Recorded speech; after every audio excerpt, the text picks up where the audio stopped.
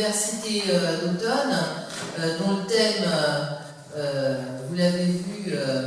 est la nécessité de construire un nouveau Conseil national de la résistance pour restaurer la souveraineté nationale et populaire et bâtir un programme émancipateur inspiré de celui des jours heureux.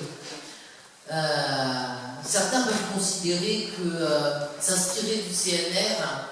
70 ans après sa création est une posture passéiste, ringarde et nostalgique. Tel n'est pas le propos évidemment du MPEP, ni de celui de ses alliés en faveur de la construction d'un nouveau Conseil national de la résistance que sont le PRCF et les clubs Penser la France. Si on regarde le programme, si bien intitulé Les jours heureux, on s'aperçoit qu'il a été démantelé peu à peu par les classes dirigeantes et que c'est pourtant, et sans doute c'est pour cela, ce programme a été mis en œuvre en grande partie après la libération de la France, et il a été en quelque sorte le pilier des années qui ont suivi, non seulement en matière sociale, on verra, mais en partie en matière économique et en matière démocratique. C'est pas un hasard donc si ce programme des jours heureux est dans la cible en fait des classes dirigeantes et dominantes. On verra plus dans le détail. Cette 6e université d'automne, donc, elle s'inscrit dans le réel, dans l'actualité, malgré l'apparent paradoxe de son titre. Pourquoi ? Parce que nous sommes plus que jamais dans une situation de déliquescence, évidemment sur les conditions d'existence de la grande majorité des Français et de ceux qui habitent le territoire français, et en particulier des catégories populaires, mais aussi en matière politique, avec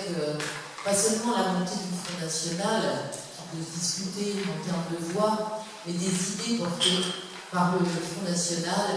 qui, face à la mascarade de gauche du gouvernement Hollande, eh bien, a une grande facilité pour tromper les Français et leur vendre de fausses solutions. Évidemment, ces fausses solutions ne concernent pas la sortie de l'Union européenne et de l'euro comme un slogan, puisque vous savez que le MPEP est pour la sortie de l'Union européenne et de l'euro. Tout simplement, le Front National ment sur ces questions, puisqu'il suffit de regarder le programme du Front National tout petit peu dans le détail, en tout cas dans ce qu'il écrit, eh bien, il veut sortir de l'Union européenne avec l'accord des 27 pays, des 28 maintenant, ce qui fait que, évidemment, ce n'est pas possible, mais en termes de communication, il est bon. Nous, on a choisi d'axer cette université d'automne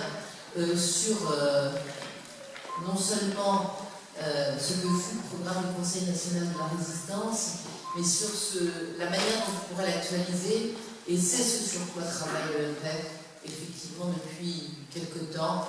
et en particulier sur la question d'un programme émancipateur. Donc je ne vais pas tout vous raconter ce matin, parce que d'abord je n'ai pas le temps, et puis parce qu'il va se passer quand même 3 jours ensemble. Alors hier, nous sommes allés déposer des fleurs sur la tombe de Georges Guingouin, un résistant qui est reconnu pour avoir été l'acteur principal de la libération de Limoges, et en particulier de manière pacifiste,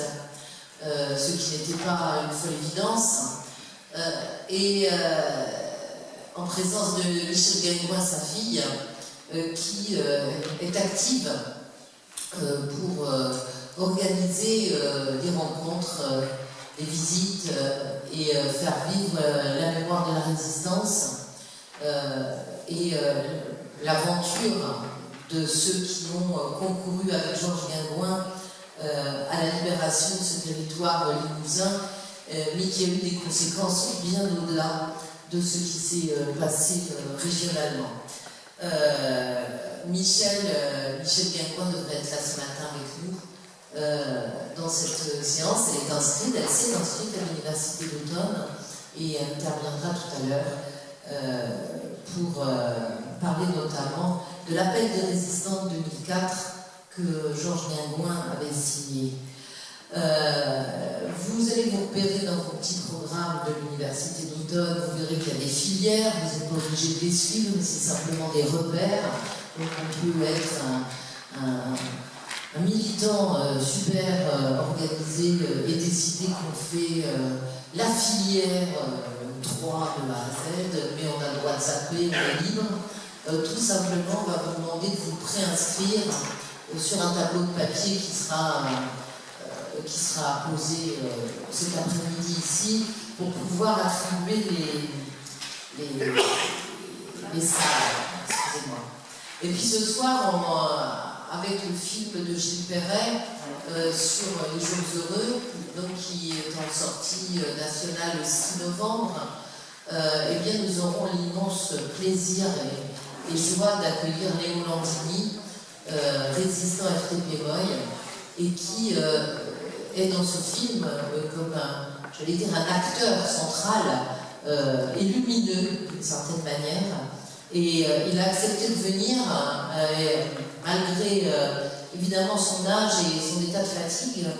il a accepté de venir, il arrivera cet après-midi et il repartira demain, parce que dans les jours qui viennent, eh bien, Léon Landini n'a de cesse d'intervenir partout où c'est possible pour expliquer, faire vivre l'histoire de la résistance et surtout, parce qu'il est aussi un membre du PRCF, appelé à la création d'un nouveau Conseil national de la résistance et un nouveau programme émancipateur. Et puis, toujours avec le lien avec le Conseil national de la résistance, eh bien, le meeting du 2 au soir, en présence de Pierre Bronchère, lui aussi, ancien résistant FTP, qui viendra pour dire combien il est important de créer un nouveau CNR et un nouveau programme émancipateur, et que cela suppose évidemment de rompre avec l'Union européenne, c'est-à-dire avec la tutelle qu'impose l'Union européenne à notre peuple, et de regagner d'abord la souveraineté nationale et populaire. Et puis le 3, ce sera réservé aux adhérents du MPEP, puisque cette université d'automne est ouverte à tous, donc pendant ces quelques jours, eh bien, jusqu'au 2 au soir, il y aura une diversité de participants, adhérents ou non-adhérents du MPEP. Il y aura des inscrits qui viennent parce qu'ils habitent, ils ne sont pas très loin d'ici, ils habitent dans la Vienne, dans la Haute-Vienne, et ils participent à cette université d'automne. Il y en a qui ne sont pas adhérents et qui viennent de bien plus loin pour cette université d'automne. On les salue aussi, parce que finalement, c'est un chemin qui conduit à l'adhésion au MPEP, un moment ou à un autre. Et ce moment, eh bien, il doit être le plus rapide possible, parce que, évidemment, le rapport de force que nous souhaitons créer en faveur des intérêts de la classe, des catégories populaires, eh bien, il passe aussi par sa capacité d'organisation et sa capacité d'engagement. Ce n'est pas seulement un symbole d'adhérer quelque part aujourd'hui, c'est déjà le premier acte de résistance contre l'individualisme et le challenge individuel de chacun pour soi. S'engager avec d'autres, c'est déjà refuser d'une certaine manière une idéologie, et nous aurons l'occasion d'en parler. Voilà ce que j'avais à vous dire en préambule. Et puis on va pouvoir passer à la suite. Je vois que Michel Guingois est arrivé. J'avais cité votre nom tout à l'heure, donc je me permets de signaler que vous êtes arrivé et que tout à l'heure, dans la séance qui va suivre entre 10h et 12h, nous allons parler du CNR, de son histoire, du programme des Jours Heureux. Et bien, Michel prendra la parole, évidemment, et on en est non seulement content, mais finalement, aussi, il faut le dire, assez fier de sa présence aujourd'hui. Voilà.